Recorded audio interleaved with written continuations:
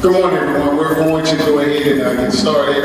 I apologize. We had a little bit of difficulty, and I plan to share a PowerPoint presentation with you. We'll move this up to the top, and then we'll pick it up from there. What I want to do is just make sure I welcome everyone to the Annexation, Deannexation, and Incorporation Educational Summit, and speak to the purpose of the action, speak to the purpose of the summit. But first, my name is Terrell Driscoll, and I will be more of a host. This will be a very interactive session with our panelists. We just want to make sure each and every one of you, and we'll probably speak to it again while we're posing questions and while the panelists are speaking, if you don't mind. So what we'll do is I'll just start on the end. I think that's Dr. Willer over there. I want to allow her to introduce herself and speak to... Good morning. Thank you. Thank you for inviting me to join you this morning. I'm glad to be here and to share what information I have for you, and hopefully you'll find it useful. My name is Laura Wheeler. I'm with the Fiscal Research Center at Georgia State University, and we've been involved in various aspects of city and county local governance. We've been involved in the potential divide between Fulton County and creating Lincoln County. We've talked extensively and worked extensively with DeKalb County on their county and local government municipality issues. We've also worked with creation of Tucker and with South Fulton. And so we've been, over the years, had different perspectives of experience in this kind of area, and so hopefully we can provide some useful information. I'm State Representative Roger Bruce. I represent District 61, which is unincorporated South Fulton County, Douglas County, and Cobb County. And I'm also the author of the bill that allows you an opportunity to vote as to whether or not you want to be have your own city of South Fulton or not. Good morning, everyone. My name is Marvin Arrington Jr. I'm a commissioner for Fulton County, District 5, which is very close to where we are now. We're actually currently in District 6, Commissioner Darnell's district, but I live right around the corner in District 5, and my daughter attends school here at Westlake. And just glad to be here today. I want to thank everyone for coming out, and want to be an integral part of the discussion. I'm going to pass the mic now, but I also invited these next two gentlemen out there with Fulton County in our budget department, because I know there are a lot of questions about the SSD and the money available and those things, so I wanted to make sure that we had someone here to cover that as well. Good morning, everyone. My name is James Husser. I'm the new budget manager for Fulton County. I had the opportunity to meet some of you back during Citizen University this week, so I'm glad to be back here today. And I'm here with Mr. Ray Turner. He's going to introduce himself. Thank you, James. Yes, I'm Ray Turner. I'm Deputy Director of Finance. I've worked at the county for quite a while, 16 years. So we wanted to come today to hopefully address any financial questions that you may have. Good morning. I'm Todd Edwards. I work with the Association of County Commissioners of Georgia. We represent all 159 counties in the entire state, and I am primarily, for lack of a better word, a lobbyist. I work at the General Assembly. We're very involved with all the statutes or the laws on annexation, incorporation. I will state up front that our association does not take a position on any individual cities or their creation. We deal primarily with, even at the Capitol, any of this local legislation creating a new city. That's not our involvement. Our involvement is with the overall process, the procedures, and working to get them addressed generally throughout the state on the creation. I will say that I do live right around the corner. been in the city of East Point for about 12 years. I'm very familiar with this area. You've got a lot of nice areas, a lot of nice golf courses down here, so I didn't have to travel too far today. But I just, when I'm speaking, and forgive me, I don't know all the specifics on South Fulton or Fulton County for that matter.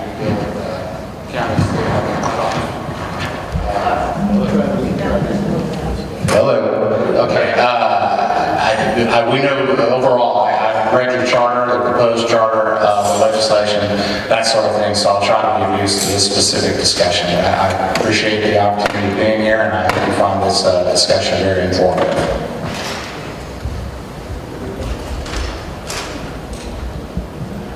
Sorry, everybody, we're playing musical chairs with microphones. Did it? Okay. So we're gonna, can everyone hear me? Oh, I apologize. So we're going to go ahead and push forward and start getting to the meat of the actual summit. And so if you look at your agenda, and I apologize, we don't have PowerPoint slides to put up right now, you'll see that we have, excuse me, we have some hosts and sponsors. I just want to make sure we take some time to acknowledge. Of course, Commissioner Arrington was gracious enough to support us in bringing this summit. We also have Mr. Dunlap, who's a very... You all have to turn that on. Okay, so we'll go ahead and thank Mr. Michael Davis with the Camp Creek Business Association. We also have Ms. Diane Matthews from the South Fulton Chamber of Commerce. Of course, Dominique Huffman, if you all know him, from Homeroom News. Janice Robinson from the United. In this first, way we're breaking up the agenda is really based on annexation, taking the primary front. Then we'll shift into discussions around incorporation, and then we'll break it down and finalize and talk about the SSD, right, the Special Services District Fund. All right, so the agenda is not a rigid agenda, right? Really what we're trying to do is just encourage a discussion between the attendees and the panelists. Okay, so we're trying to just encourage a discussion between the attendees and the panelists on these various different topics. Where you see the bullet points, these are just proposed discussion points. What I want to do is start with Dr. Willard. If you don't mind, start with Dr. Willard, and we talk about policies, the procedures, the rules that govern annexation and incorporation. So we'll let her take it from there. All right. I'll talk generally, but I think especially DMA might have some comments as well about annexation. And I'm sorry, Corral, you want me to address the issue of annexation on incorporation? I guess I'll start with annexation. There are generally three different ways. I don't have to count, but there's, if a property owner has a contiguous border with the city, and they wish to be annexed in, that's just a simple agreement with the city and between that city and the property owner. And so both parties need to agree. It's easy enough. And then as well, when it gets to be a little bit larger, there's a 60%. I think we have to have 200 people wanting to, in that area that want to annex in. And again, there's some issues about contiguous borders. You need to have of the area that needs to be annexed. There are some legal requirements about those borders touching. You can't just string things along. That causes islands, which we do have a number of in this area. Some of you may be very much associated with or familiar with those islands where essentially a city is incorporated all around a particular area, and inside that area is unincorporated Fulton County, or in this case. which is, we will receive services from the county, but all around it is an incorporated area. There are laws to prevent that as best we can. And so another way of annexation is the 60% method. So if you get 60% of the property owners to sign a petition and 60% of the registered voters to sign a petition, then they take that to the city to which they would wish to annex, and the city has been, hopefully in contact with these individuals as well as a negotiation there. The city explains how services would be spread to that particular area, and then again, it's not 100%, but it is at least a 60% of the affected property owners and the voters in that unincorporated area that wants to annex in, or that the city wants to get. And then once that's all ironed out, it's approved by the Superior Court. When you get to larger areas, more than 500 people, then we're talking about local legislation. And so what happens then is that an area organizes itself and has a bill sponsored, as South Fulton does now, through the General Assembly. And through community organizations, the word is put out, the boundaries are determined, and the city that is annexing them is also in negotiation about how the services would be continued into that newly incorporated area to the same extent that they are provided to the currently incorporated area. So all that needs to be negotiated beforehand, and then that's typically done as local legislation in the General Assembly. Most of these cases are without controversy, but not all. not all. There are issues. There was the issue between Chamblee and Brookhaven a couple of years ago, where essentially they were fighting over the same business property. And so there are issues. Hopefully those can be avoided. That certainly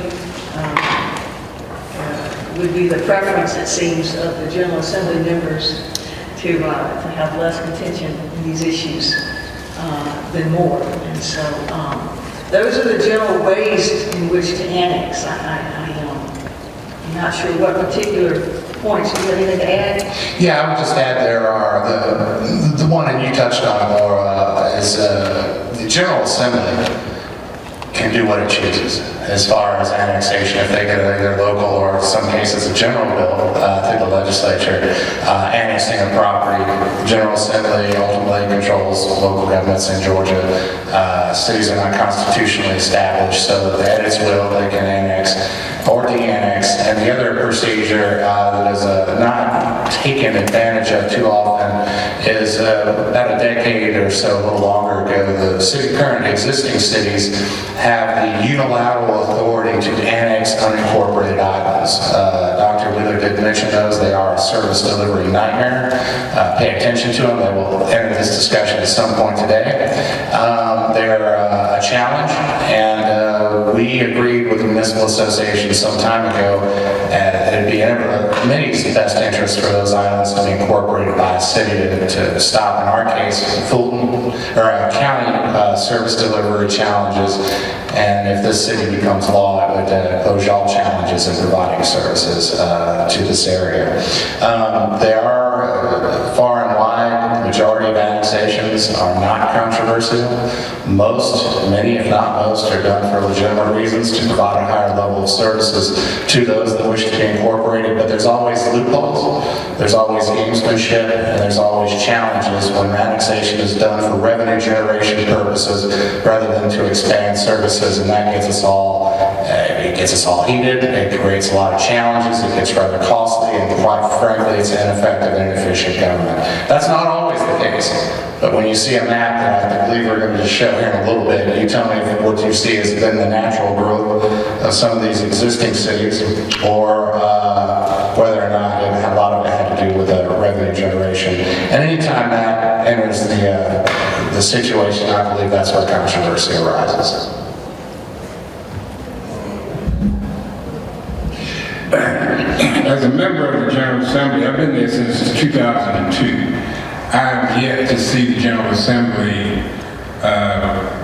annex areas into the existing cities, except to take care of the islands. And that would be the case with this, if in fact it becomes a city. There are a few islands, it's not many, but they will be dealt with. And that was taken into consideration as we put the legislation together. The General Assembly, again, there's what's supposed to be, and then there's a reality. The reality is that these are supposed to be local bills that are decided by the local delegation as to whether or not an area becomes a city or not, or has a referendum or not. And that has just not been the case for Fulton County. The local delegation has not had the ability, because of just politics, to decide what it wants to happen within its confines. Is that been your experience as well? There have been a lot of. Usually this is done through local legislation. Right. Usually this is done through local legislation. However, there has been a lot of general statewide legislation impacting Fulton County. And so we won't discuss today why that is, but at some other point we'll be happy to do that. The reality is that, we had to form a bipartisan coalition, which we did, to be able to get this to the point where you can vote. And I guess whenever my time is allotted, I'll tell you how we got to where we are right now. And I think, to some extent here in South Fulton, what we've been experiencing is, more annexations in the last 5 years than the history of the whole state combined. So we've been having, to some extent what some are calling cherry picking of special areas or certain areas. And so, but whether it's cherry picking or not, there has been an unusually large number of annexations. When you talk to some of those people, they will say that, it's because the people are pushing the city of South Fulton that's why more people are choosing to go to other cities. But nonetheless, we have had in South Fulton a large number of annexations, and so that is again one of the reasons why we wanted to put this panel on. If we can, maybe Todd and Dr. Wheeler talk to about some of the benefits of, I guess we kind of talked about the rules for annexation. If we can now, to some extent, let's talk about the rules for incorporation. So incorporations go through the General Assembly. They have as well traditionally thought to have been local legislation, but the standard has become in the last several years for these to be general legislation. It matters which committee they, as I understand, which committee they are funneled to, and so that causes them to be general legislation, which means the entire General Assembly body votes on them. Local legislation is kind of essentially handled by the local delegation. If they agree, then it's all good, and the rest of the General Assembly does not pay attention to it. When it's general legislation, it comes up for a regular vote, and that can have the potential for it to be have more roadblocks, and I'm not here to speak anything about the politics of all of that. In terms of how you get a city, how you go through that process, this is not unfamiliar because of your history, but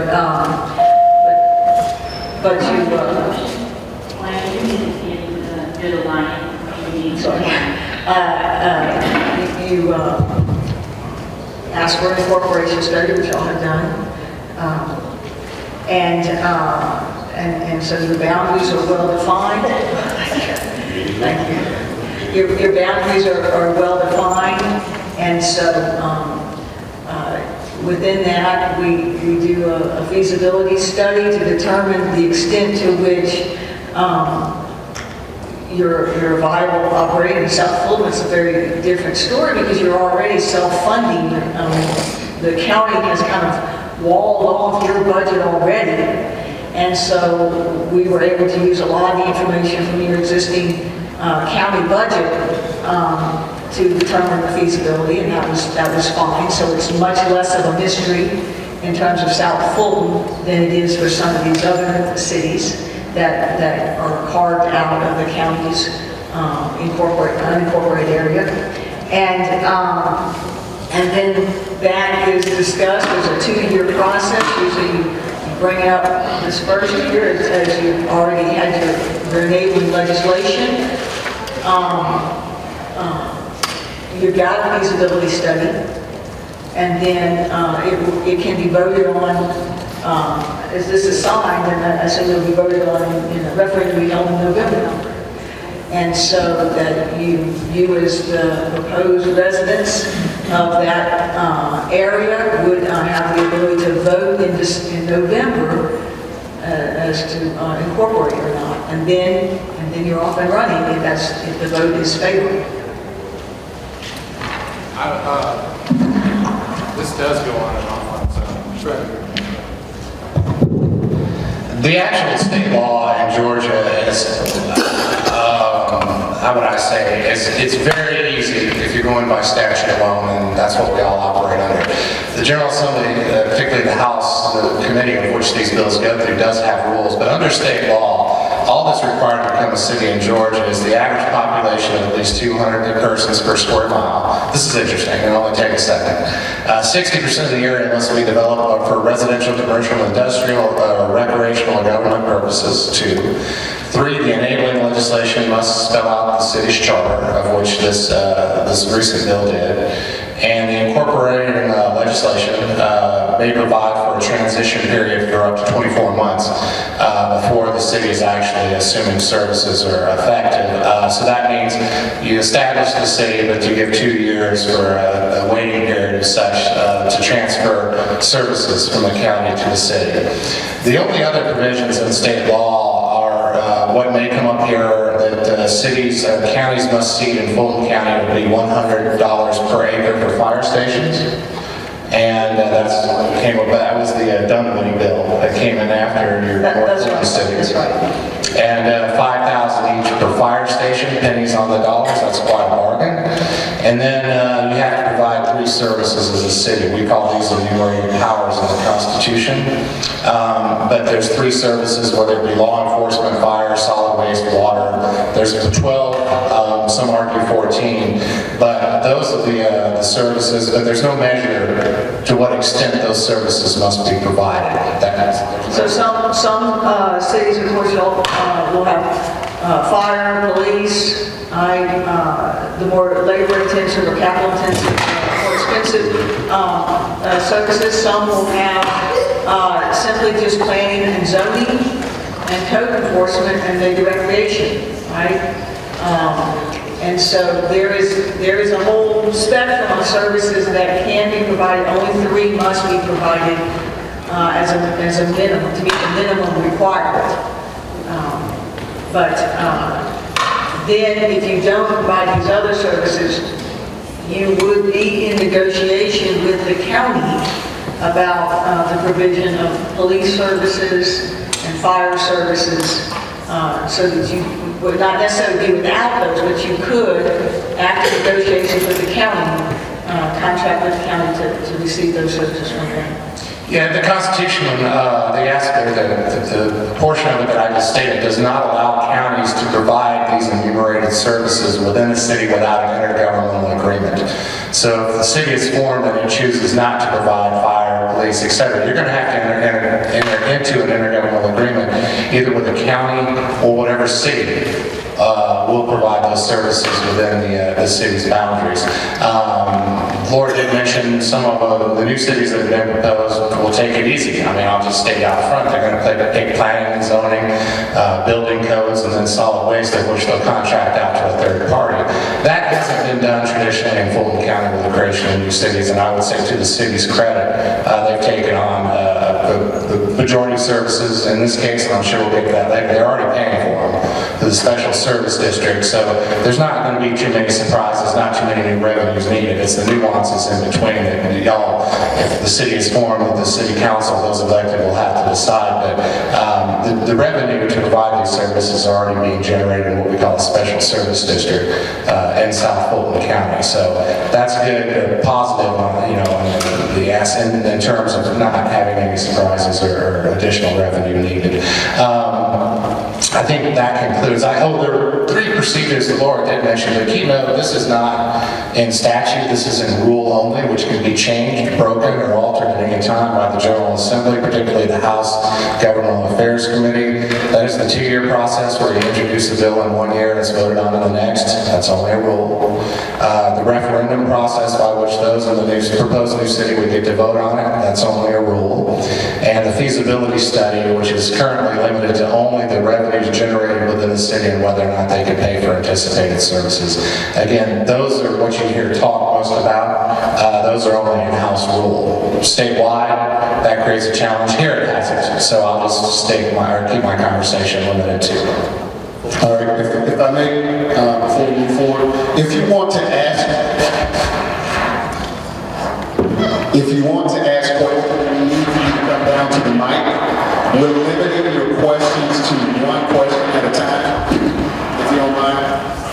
What I want to do, just quickly, I saw that we had our Fulton County School Board member, Linda Bryant, come in, so I want to thank her and acknowledge her. And also State Representative LaDonna Jones, I want to thank both of them for coming out. Oh, that is